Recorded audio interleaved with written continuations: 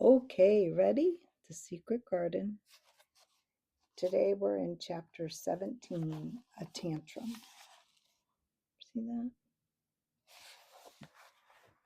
Now remember, Colin and Mary had just had a fight, and they said they wouldn't ever talk to each other again. Anyway, a tantrum. She had got up very early in the morning and had worked hard in the garden, and she was tired and sleepy. So as soon as Martha had brought her supper and she had eaten it, she was glad to go to bed. As she laid her head on the pillow, she murmured to herself, "I'll go out before breakfast and work with Dickon, and then afterward, I believe, I'll go see him." She thought it was the middle of the night when she was awakened by such dreadful sounds that she jumped out of bed in an instant. What was it? What was it? The next minute she felt quite sure she knew. Doors were opened and shut, and there were hurrying feet in the corridors, and someone was crying and screaming at the same time, screaming and crying in a horrible way. "It's Colin," she said. "He's having one of those tantrums the nurse called hysterics. How awful it sounds." And she listened to the sobbing screams. She did not wonder that some people were so frightened that they gave him his own way in everything rather than hear them. She put her hands over her ears and felt sick and shivering. "I don't know what to do. I don't know what to do," she kept saying. "I can't bear it." Once she wondered if he would stop if she dared to go to him, and then she remembered how he had driven her out of the room and thought that perhaps the sight of her might make him worse. Even when she pressed her hands more tightly over her ears, she could not keep the awful sounds out.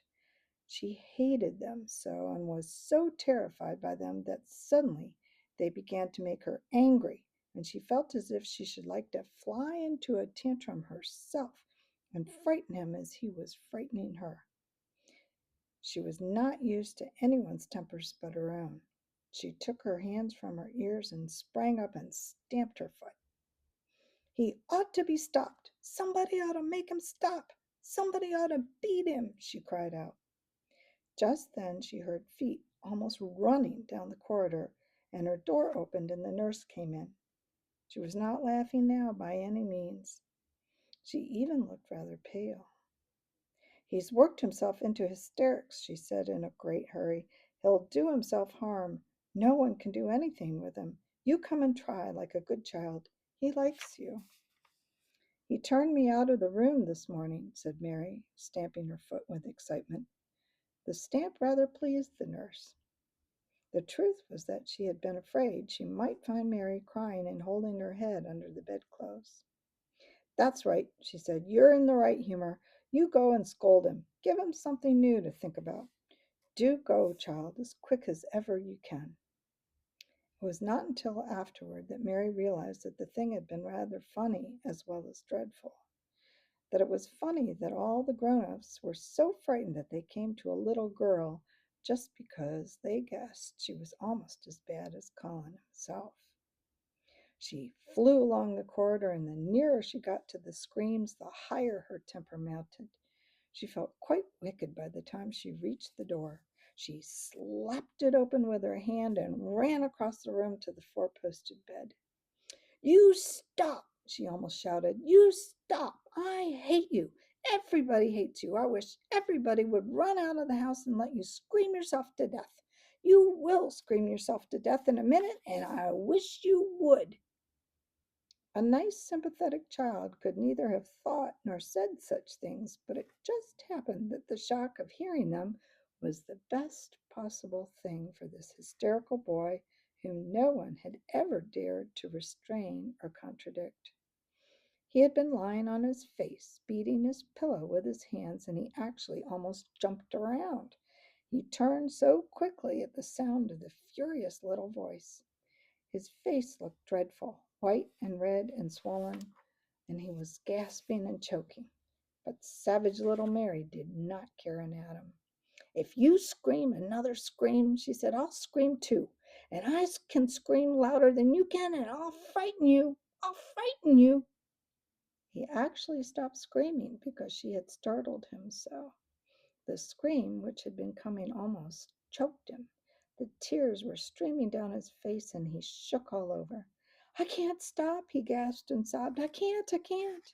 You can, shouted Mary. Half of what ails you is hysterics and temper. Just hysterics, hysterics, hysterics.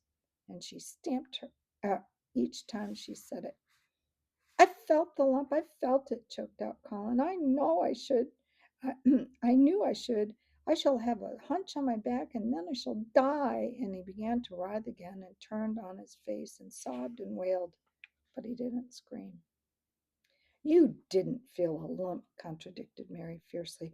If you did, it was only a hysterical lump. Hysterics make lumps. There's nothing the matter with your horrid back, nothing but hysterics. Turn over and let me look at it. She liked the word hysterics and felt somehow as if it had an effect on him. He was probably like herself and had never heard it before. Nurse, she commanded, come here and show me his back this minute. The nurse, Mrs. Medlock, and Martha had been standing huddled together near the door, staring at her, their mouths half open. All three had gasped with fright more than once. The nurse came forward as if she were half afraid. Colin was heaving with great breathless sobs. Perhaps he won't let me, she hesitated in a low voice. Colin heard her, however, and he gasped out between two sobs, show her. She'll see then. It was a poor thin back to look at when it was bared. Every rib could be counted and every joint of the spine, though Mistress Mary did not count them as she bent over and examined them with a solemn, savage little face. She looked so sour and old-fashioned that the nurse turned her head aside to hide the twitching of her mouth.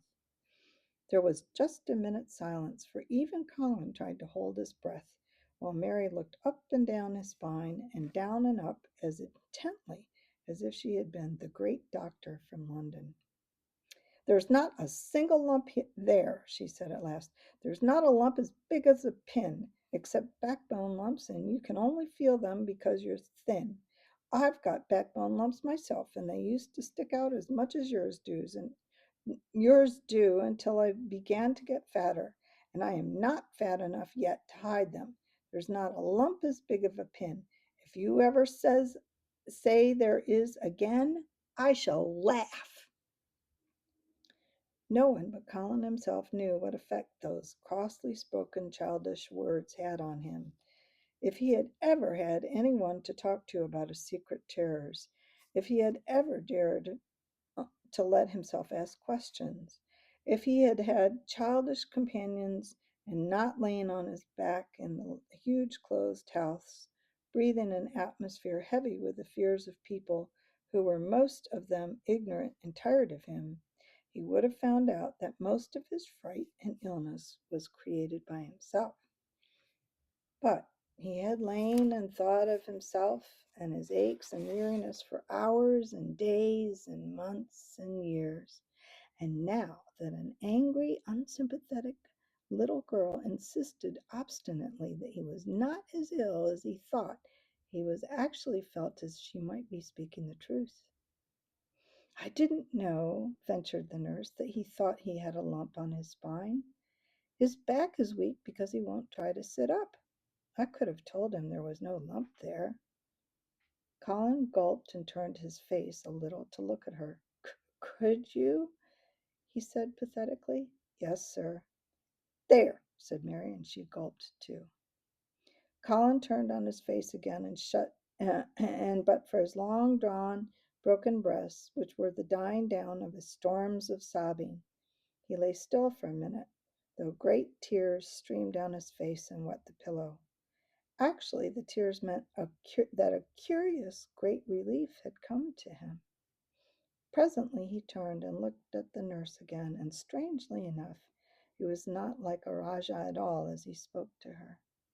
Do you think I could live to grow up? He said. The nurse was neither clever nor soft-hearted, but she could repeat some of the London doctor's words. You probably will if you will do as you're told to do and not give way to your temper and stay out a great deal in the fresh air. Colin's tantrum had passed, and he was weak and worn out with crying, and this perhaps made him feel gentle. He put out his hand a little toward Mary, and I am glad to say that, her own tantrum having passed, she was softened too and met him halfway with her hand, so that it was a sort of making up. I'll go out with you, Mary, he said. I shan't hate fresh air if we can find. He remembered just in time to stop himself from saying, if we can find the secret garden. And he ended, I shall like to go out with you if Dickon will come and push my chair. I do want to see Dickon and the fox and the crow. The nurse remade the tumbled bed and shook and straightened the pillows. Then she made Colin a cup of beef tea and gave a cup to Mary, who really was very glad to get it after her excitement. Mrs. Medlock and Martha gladly slipped away, and after everything was neat and calm and in order, the nurse looked as if she would very gladly slip away also. She was a healthy young woman who resented being robbed of her sleep, and she yawned quite openly as she looked at Mary, who had pushed her big footstool close to the four-posted bed and was holding Colin's hand. You must go back and get your sleep out, she said. He'll drop off after a while if he's not too upset. Then I'll lie down myself in the next room. Would you like me to sing you that song I learned from my ayah? Mary whispered to Colin. His hand pulled hers gently, and he turned his tired eyes on her appealingly. Oh, yes, he answered. It's such a soft song. I shall go to sleep in a minute.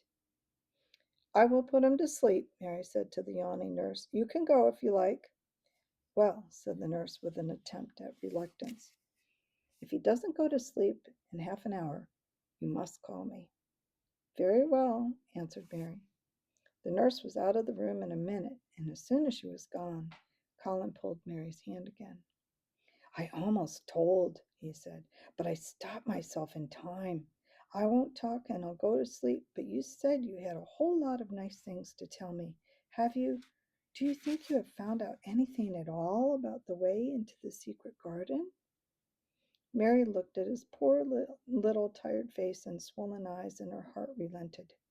Yes, she answered, I think I have, and if you will go to sleep, I will tell you tomorrow. His hand quite trembled. Oh, Mary, he said, oh, Mary, if I could get into it, I think I should live to grow up. Do you suppose that instead of singing the Ayah song, you could just tell me softly, as you did that first day, what you imagine it looks like inside? I am sure it will help me to go to sleep. Yes, answered Mary, shut your eyes. He closed his eyes and lay quite still, and she held his hand and began to speak very slowly and in a very low voice. I think it has been left alone so long that it has grown all into a lovely tangle. I think the roses have climbed and climbed and climbed until they hang from the branches and walls and creep over the ground, almost like a strange gray mist. Some of them have died, but many are alive, and when the summer comes, there will be curtains and fountains of roses. I think the ground is full of daffodils and snowdrops and lilies and iris working their way out of the dark. Now the spring has begun. Perhaps, perhaps. The soft drone of her voice was making him stiller and stiller, and she saw it and went on. Perhaps they are coming up through the grass. Perhaps there are clusters of purple crocuses and gold ones even now. Perhaps the leaves are beginning to break out and to uncurl, and perhaps the gray is changing and a green gauze veil is creeping and creeping over everything. And the birds are coming to look at it because it is so safe and still. And perhaps, perhaps, very softly indeed and slowly, the robin has found a mate and is building a nest. And Colin was asleep. There you go. Next time, Let's see now, chapter 18. The minute waste no time. Until then.